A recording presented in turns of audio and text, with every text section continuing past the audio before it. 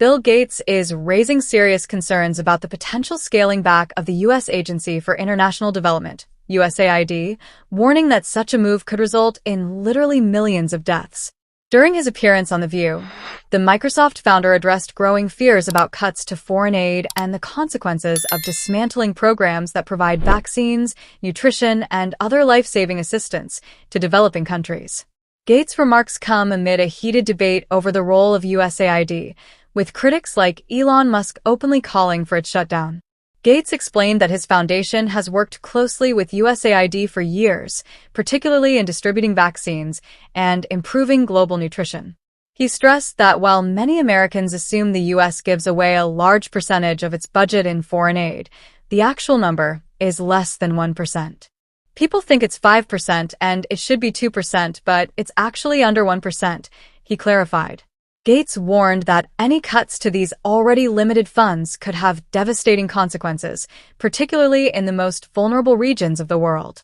The controversy over USAID escalated when Musk took to his social media platform, X, to call the agency a criminal organization and declared, "Time for it to die." His comments ignited further debate, especially after reports surfaced that USAID employees were being locked out of their systems and headquarters was closed unexpectedly.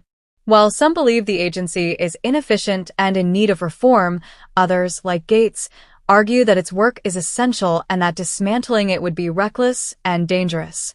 When asked about Musk's increasing influence in government discussions, Gates responded carefully, acknowledging Musk's contributions to the private sector while expressing concerns about his approach to public policy. A lot of private sector people, when they get into government, they don't take the time necessarily to see what the good work is or why it's structured the way it is, he said. Gates emphasized that the people working at USAID are not worms, pushing back against the narrative that the agency is corrupt or ineffective. Despite his concerns, Gates made it clear that he is willing to work with the Trump administration to ensure that critical aid programs remain in place. In a recent interview, he expressed surprise at the growing conservative influence in Silicon Valley, admitting that he had always thought of the tech industry as leaning left.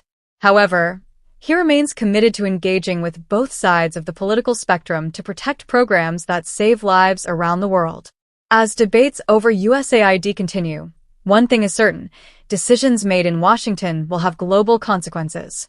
Gates' warning serves as a reminder that foreign aid is not just a budget line item, it is a lifeline for millions.